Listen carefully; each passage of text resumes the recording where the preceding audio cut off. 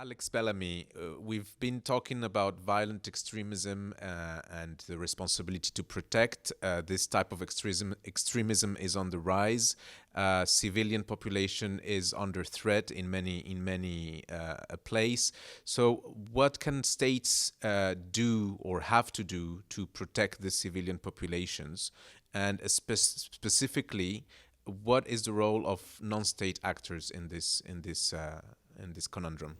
Yeah, good questions. Well, I mean, as you say, the first thing is when the responsibility to protect was first agreed, it was agreed largely as a state-based concept. So states have responsibilities to protect their own populations, assist each other and respond to crises of mass atrocities.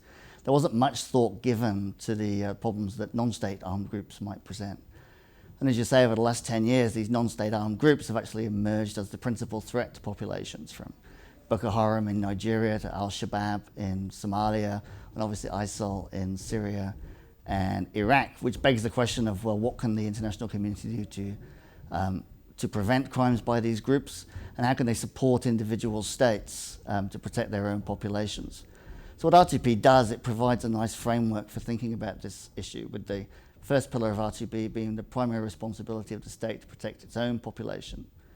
And usually in terms of countering violent extremism, there are sort of three sets of steps. One is around promoting social inclusion, so trying to deal with the root causes of violent extremism by building inclusive societies that are governed by the rule of law, where the rights of minorities are respected, where economic inequalities are dealt with, where no group feels like they're excluded to the extent that they need to start developing extremist ideologies and using violence to prosecute their cause. The second aspect of that is, of course, there's a security element. No matter how much social inclusion and social cohesion you promote, you're always sometimes going to get groups that go down this path. Every society at some point in its history has experienced this sort of group. So there is an important security dimension, and that involves sometimes using military force to disrupt and degrade the capabilities of these groups, as we're seeing, for example, now in Syria and Iraq, where international forces are having to join with local forces to support them in trying to wind back the tide of violent extremism and protect populations from them. There's also policing dimensions where violent extremist groups are not yet capable of taking and holding land themselves. Policing has an important role to play. And it's a difficult task for policing, because police have to play two roles simultaneously. Firstly, to support the goals of social cohesion, they have to focus on community policing, that is building ties with all the different ethnic groups within a country and religious groups so that they can gather intelligence, build trust and cooperation. But at the same time, there needs to be a sharp edge to policing as well, capable of identifying emerging threats and responding accordingly. There's also issues around border security. We saw in Kenya, for example, problems with Al-Shabaab extremists coming in from Somalia. And of course, in Iraq and Syria, there's the problem of foreign fighters. So the sort of reverse, if you like, countries needing to control who leaves their country. And I've argued that a core part of a state's responsibility to protect is to prevent its own citizens from going overseas and committing atrocity crimes. And this is, of course, a particular issue in Syria and also Iraq. And the third element is around state capacity. We know that violent extremism tends to grow in areas beyond the state's reach, where the state may not be providing basic services, for example, like education. So parents send their children to the education that is provided, and sometimes that's provided by extremist groups which use education in order to instill their ideology. Sometimes states may not provide health services, and again, violent extremist groups might provide health services. Often the rule of law is a significant problem. So building state capacity and removing those dark spaces is a core part to legitimizing the state, building more inclusive societies. And I should say that not only is building an inclusive society important for tackling the root causes, but it also helps with the sharper end security work as well, because what you want to try to do is to divorce the violent extremists from their constituent group, so that when they use extreme violence, members of their own group say, well, hang on, that's not legitimate, that's not in our name. And a really good example of this was in Northern Ireland, where the political process helped to divorce the extremist nationalists from the larger Catholic population in Northern Ireland. So when the so-called real IRA detonated a bomb that killed several civilians, the Catholic community in Northern Ireland said, we don't accept that use of force. It's intolerable and it's not in our name. And when you get to that point, you know you're starting to make important gains because the group's losing political legitimacy. Mm-hmm. So in cases like Syria, Iraq, and Libya, for instance, or Yemen, which are the countries that Casa Árabe is particularly concerned about, do you see a sort of a tipping point, such as the one you just mentioned regarding Northern Ireland, therefore an opportunity to make a breakthrough and stop these non-state actors from their increasing recruiting? Yeah, another great question. I think the first thing to stress is that those four cases are each quite different, although situation in Syria and Iraq are related. The roots of extremism in both those countries are quite different. So in Syria, what you had, and the tragedy of Syria is what you had is a pro-democracy movement. So back in 2011, the things that people were calling for on the streets were democracy, the right to choose their own government. You've had that become radicalized through the process of civil war. Sadly, this is a story that happens all too often where you have protracted armed conflict, where voices of moderation are unable to provide protection, unable to secure political gains. People then turn to ever more extreme doctrines and ideologies. And of course, the temptation of those doctrines and ideologies is all the greater when your personal lived experience speaks to the message that they're telling you. So if they're telling you that the secular government is coming to kill you and that the international community is going to stand by and do nothing and that only an extremist group can support you, and your experience is that one or more of your family members has been killed or abused or tortured and the international community has stood aside, well then the pull of that extremist group is going to be greater. So I'd see in Syria, when you have a society that had very little history of radical extremism of this form, go down the path precisely because of the civil war. So the roots to a solution in Syria very much lie in a resolution to the civil war there. And the tragedy is that the longer it continues, the more casualties develop, the harder it will be to find a political settlement.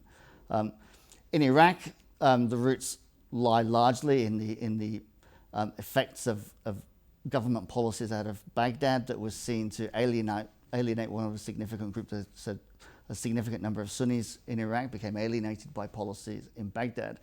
And there, a lot of what looks like ISIL taking a lot of territory is actually a lot of local militia lending their support to ISIL simply as a way of venting their disquiet with the government in Iraq. So part of the first steps of turning that around has happened in terms of the new government in Baghdad and the regrouping of the government's forces with support, but more needs to be done to reach out to some of those Sunni groups who are not necessarily ideologically aligned to ISIL, but nevertheless have sort of thrown their hat in with ISIL for more expedient political reasons. And I think that's the key next stage, is trying to win back those groups by persuading them that Iraq will become a more inclusive government going forward. Of course, the added complicating factor in this will be the role of the Shiite militia in assisting the government. Whilst that's been hugely helpful in assisting Baghdad, also hugely helpful, I think, in fostering openings for closer cooperation between the West and Iran on related security issues, it does hold issues further down the line that will need to be addressed. Yemen is a country that I know even less about than Syria and Libya. But again, it's important to put the current crisis in the context of broader political competition, of a sense that there was an unlawful coup against the former government. So the Houthis very much see themselves as supporting what they think as being a legitimate government. So again, it's those national political issues about how government is selected, who gets to be in government, that I see as being more important in that case than the sort of some of the ideological claims being made. And these are not issues that are new to Yemen. It's issues that I think we thought we'd got somewhere close to a solution to in 2011, 2012.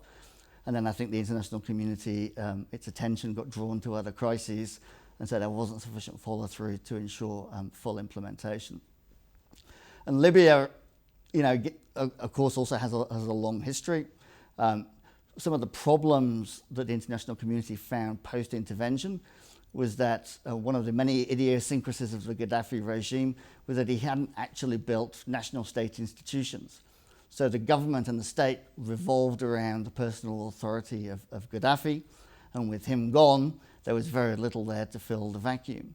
At the same time, the new Libyan government expressly rejected the idea that the UN and others should establish a significant presence on the ground. And so the UN was planning a post-conflict peace-building type operation that would have largely addressed some of the concerns, or at least stepped up international support. The new Libyan government said no, which meant that the international involvement in Libya was quite limited and has led to the fracturing there of the country and the increase in radicalism. Some of that increase has been imported as a result of boundaries that are not well policed, and some has been more opportunistically generated from within. But again, as in Yemen, what's needed there is an inclusive political process to bring the sides together.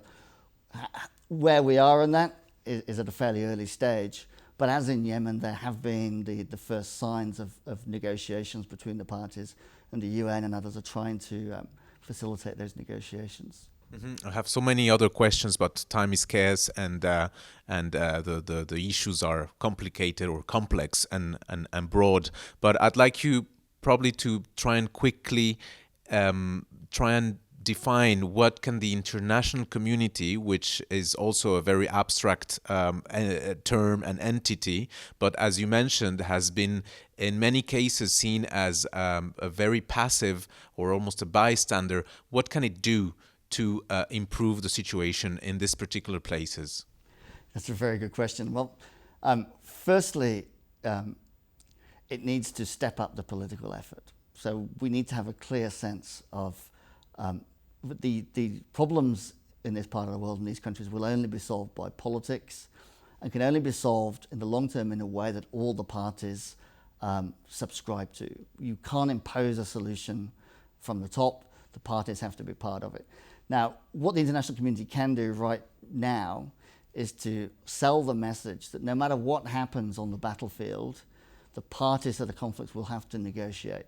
That taking this town or this city today won't affect the long-term outcome, that there will be no redivision of boundaries, that people won't get jobs in government by the number of civilians that they kill.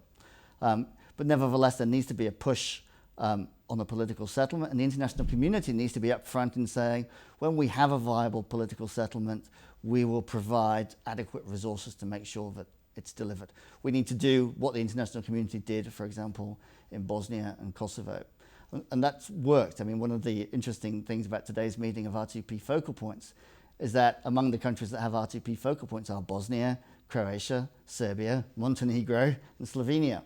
And that's 20 years after those countries were at war with one another. So we shouldn't be too pessimistic. We should recognize the challenge, but know that we can change that. The second set of things that the international community can do is send a very clear message about acceptable behavior. Send a clear message that whilst states and armed groups will from time to time use force against each other, using force against civilians is utterly unacceptable. And there international community can send a message around impunity. I think that the situation in Syria, for example, should be referred to the International Criminal Court. To send a message to state leaders and those of militia groups that there are standards of behavior and that they are expected to abide by those standards of behavior. I think the third thing, and related to that, is we need to significantly step up the humanitarian relief that's provided. There are 12 million displaced Syrians, and the world's response to it has been so far inadequate. The fourth largest city in Jordan right now is a refugee camp.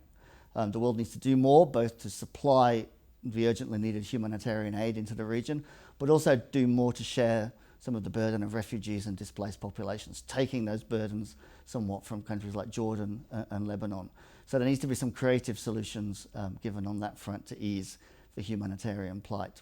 Mm-hmm. Can you engage with these violent extremist non-state actors? That's a very good question. Some governments take the view that they never talk to terrorists. Often they end up talking to terrorists. Terrorists, organizations and armed groups very rarely go away without somebody talking to them. At the very least, you need to negotiate their disarmament. Some of the very worst, think of the Taliban, think of the Khmer Rouge in Cambodia, a group that started as a violent extremist non-state group and ended up killing a quarter of the country's population in 3 years. We had to negotiate with them, to negotiate their withdrawal and negotiate a peace with them. So it's difficult and it's painful, and it takes complex strategic calculations about when to negotiate, who to negotiate with, and on what terms, but often some sort of negotiation will be needed. Now, in terms of ISIL, my understanding is that there aren't too many opportunities at the moment for negotiation.